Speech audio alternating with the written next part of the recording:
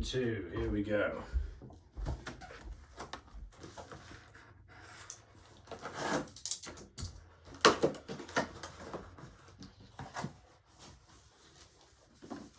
Oh yes, let's open that up.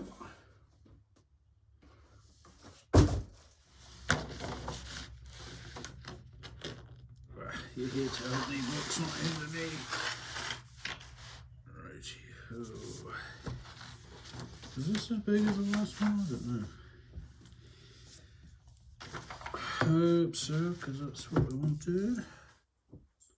So when I'm going about doing a poster like this, my first job will be to set up a template, just a real basic, you know, rectangle to go around, and then I can see where my edges should be, keep things even either side, and I know my working area.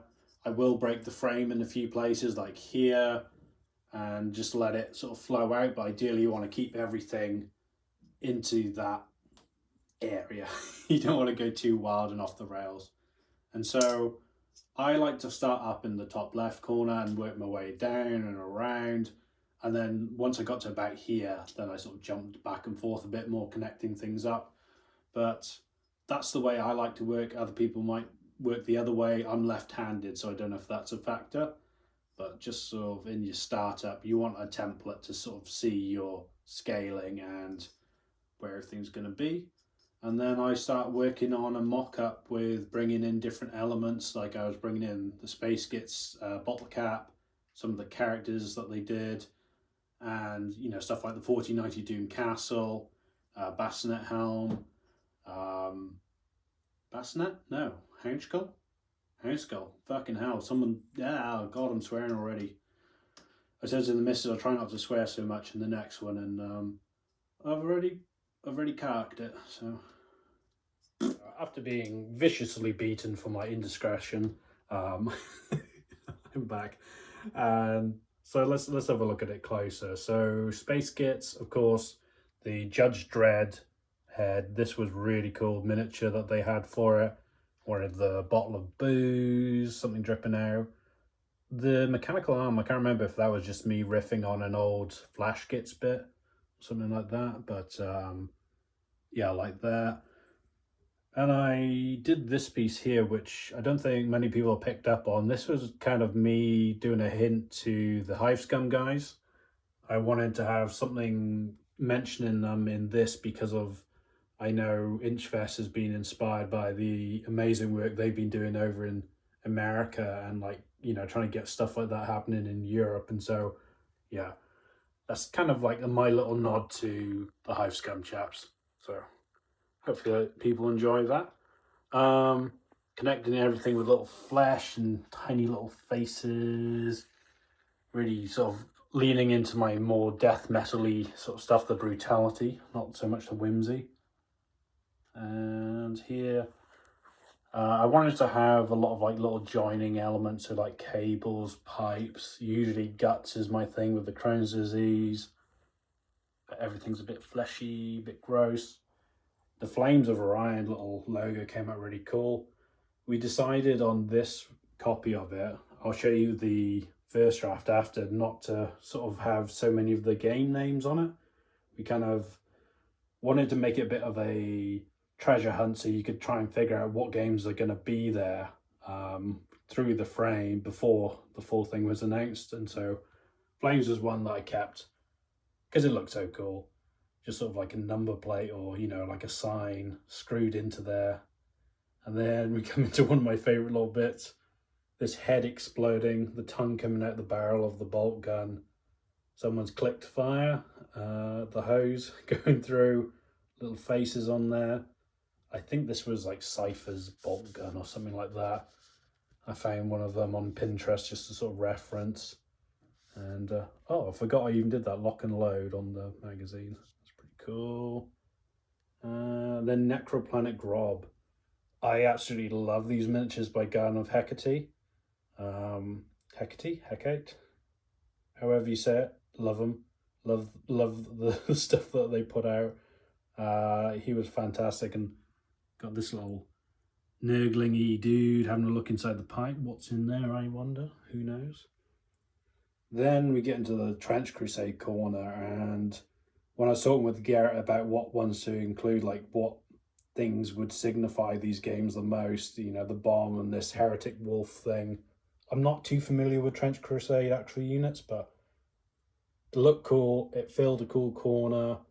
I spent way too long just detailing all the little faces in here. I was kind of thinking of that old Chaos Sorcerer sword, I think it is. So you got so much sort of shit going on. I keep saying I'm trying not to swear so much, and I keep failing miserably. But we've got some barbed wire wrapped around it, some guts, of course. This one came out really cool using that heretic wolf, and I wanted to join up the frame and have elements in it that sort of spoke to the games. And since there was a few nautical things, or at least a few things I could make nautical, I wanted to try these waves. I've seen a few other artists do stuff like that, and yeah, this was the first time of me trying it, and I thought that's just so cool, the wolf coming out there. Now we've got my little tag in there. I don't really like signing things too much. I feel like it takes away from the art sometimes to have like somebody's logo in the corner, but I add that to the fish tin for scabs, and got the little fish there. This boat is kind of a reference to, Garrett did a boat head for the tank head competition, which was cool. There's also the big ships in Trench Crusade artwork, and even in the Scabs book, there's that big boat on the front, and so kind of a nod to a few things there. This is Lenrick's round. Well, Matt Lenrick. He did the awesome Turnip 28 Lighthouse build, and if you haven't checked that out, go check it out. But at the time of doing this, that's what he was working on, and I loved it so much, I thought, yeah, let's chuck a little lighthouse in there. I'll zoom back. Next up we have Yalk. So fortunately Titus posted up a photo of his little boat he painted, and it was just like the perfect day because I was stuck on what to put in this corner underneath the Omen Tide dude. And so yeah, that little rock came clutch, and had that up on top of the wave, even though it's a rock, it's riding the waves, so that's pretty cool. Just connected with a bit more guts. Then got the Omen Tide dude. This was another save from Garrett because I haven't played Omen Tide. I really love what they're doing. I've seen so many cool miniatures made for it, but I haven't played it, so I wasn't familiar with who the main sort of dudes, who the most recognizable ones are. And so Garrett told me about this dude. I was like, okay, yeah, let's get an add him in. And yeah, he filled out that very nicely. Once again, I spent ages texturing this wood and just trying to get the barnacles right and looking at all different references for sea life so I could try and make it horrific but not too disfigured. Okay, so then moving up from the Omen Tide, I had Potion Maker, so they're going to be playing live at INCHFEST. And we looked at doing like alchemical sort of setups at first, and bottles and stuff like that, but we decided, you know, well, I decided I was in a wizard mode, and so yeah, I changed them to that. Then we've got this demon head splitting apart from Felix's sword. So this is a tattoo that Felix has. I believe it's Felix. I hope I've got that right. Really cool tattoo they've got, and Garrett wants to include that for them. And so I added that in, and then of course I was like, okay, well, let's have it interacting with the environment. And so that meant little souls coming out. This weird little dude, he's smoking a ciggy. I love that little detail that I added. Yeah, I think it's a cool way to like incorporate something that's personal to somebody, but then, you know, it wraps into the frame and it just makes up a nice section. And as you might be able to see, I tend to have it so I've got like a weapon here, and then directly across I've got another weapon there. I've got this super high detail section just across from this super high detail section. And so working on stuff like this, trying to build balance, and you get the same again here with the bottle cap and then the castle, you know, like both frame breakers and yeah, stuff like that. So continuing onwards and upwards, just got a random skull there. And then this is the necropolis, like the tombstone sort of idol statue things. Once again, I'm a massive fan of so many of these indie games, but because I'm out here on my own, well, I got the missus, but she didn't play these sorts of things. I don't play a lot of the games. I just really admire the art and the writing in them, and so it's nice to have somebody who can inform me what to add in, and you know, I'll work it out from there. And so yeah, here's 1490 Doom. I pretty much traced like the outline of the castle, and then I spent ages trying to work in the stone with a bit of stipple. I was doing a lot more hatching. So hatching is like the lines, the sort of like crisscrossing lines and stuff like that. And yeah, just trying to build up a nice stone texture. And then we go on to turnip 28. Got this rooty thing growing out. I really like how that worked out, and those leaves came out quite nice. And then we got Mordheim and the owl from that. So yeah, that came out cool. And then this, so it's going to be INCHFEST 2026, so 26.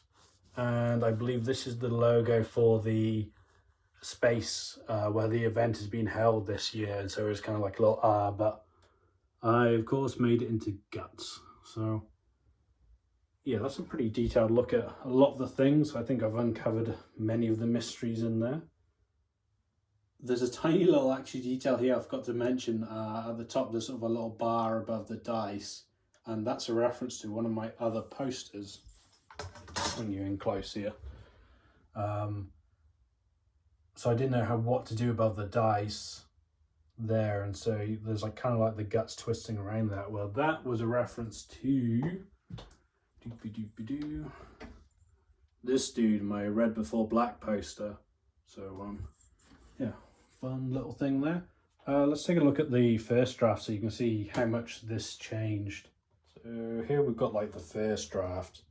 I won't stick it up because the paper's not very good and it was starting to rip off a blue tack, but in this one I was doing like just a lot more freeform death metal-y freaks. Some of these elements made it into the finished one, but like Necropolis I went with these heads from a few of the miniatures that they've done. I really like these heads, but Garrett said that, you know, the tombstones are more indicative, is that the right word for it, of Necropolis and more recognizable. So I wanted the dice in it still, and so I had that. See here I've got like Doom on the castle and like 1490, and so I was really going hard out on showing and telling rather than just show not tell. So glad we changed that. This is one little detail that I lost when I was doing the final one, which I kind of wish I'd kept. I had this little crab claw coming out grabbing this hand, which I thought was pretty cool, from the Scabs tin. We didn't do the water on this one. I just did fleshy lumps and more dice and stuff. I'm trying to film this at a really awkward angle, but yeah, I had like Kill Team wrapped around there. Another fun little Nurgling who didn't make it. He got melted by the stuff from the Trench Crusade skull. The bomb was a lot smaller in this one, although I do like how it's sort of smashing apart that face. Necroplanet Grob. Omen Typh at this stage was just like a crab claw, so I'm glad it changed into the other one. Little anchor. Mordheim. I did turnip 28 on the teeth on that one. Potion Maker Live. So yeah, like this version, I don't think it's bad. It's just sort of, I was so busy telling people what was there rather than just showing them. And I'm glad that I did another version. And usually I wouldn't do a poster this detailed in such a short time. You know, a week is pretty fast, especially with like some of the smaller like details like the stippling or the hatching. It takes a long time to do projects like this. But for Garrett, I was willing to do it because Grim Snug Miniatures is the king of Germany. He's the king of the world. He's bloody awesome. And INCHFEST is going to be bloody awesome. So I really wanted to have this out there and do a good job. So yeah, I think both versions have got their merits, but that one is definitely way better. Like the detail came out really well. And finally, I just want to sort of show, I got a little printout done with the actual logos and everything on it and showing all the different games and stuff. You can get tickets here. Go get your tickets. Unless you're watching this in the future, then don't go get your tickets. Buy something else from some of my friends. I don't know.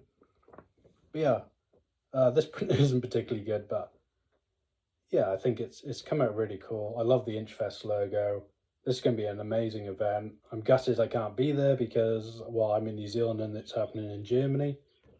But I hope you've enjoyed sort of seeing a bit more into like the art, and sort of hopefully you learn a little bit from it and sort of the way I go about doing these things. And if you ever need art and want stuff like this done, then hit me up. So yeah, hope you guys enjoy. Woo-hoo.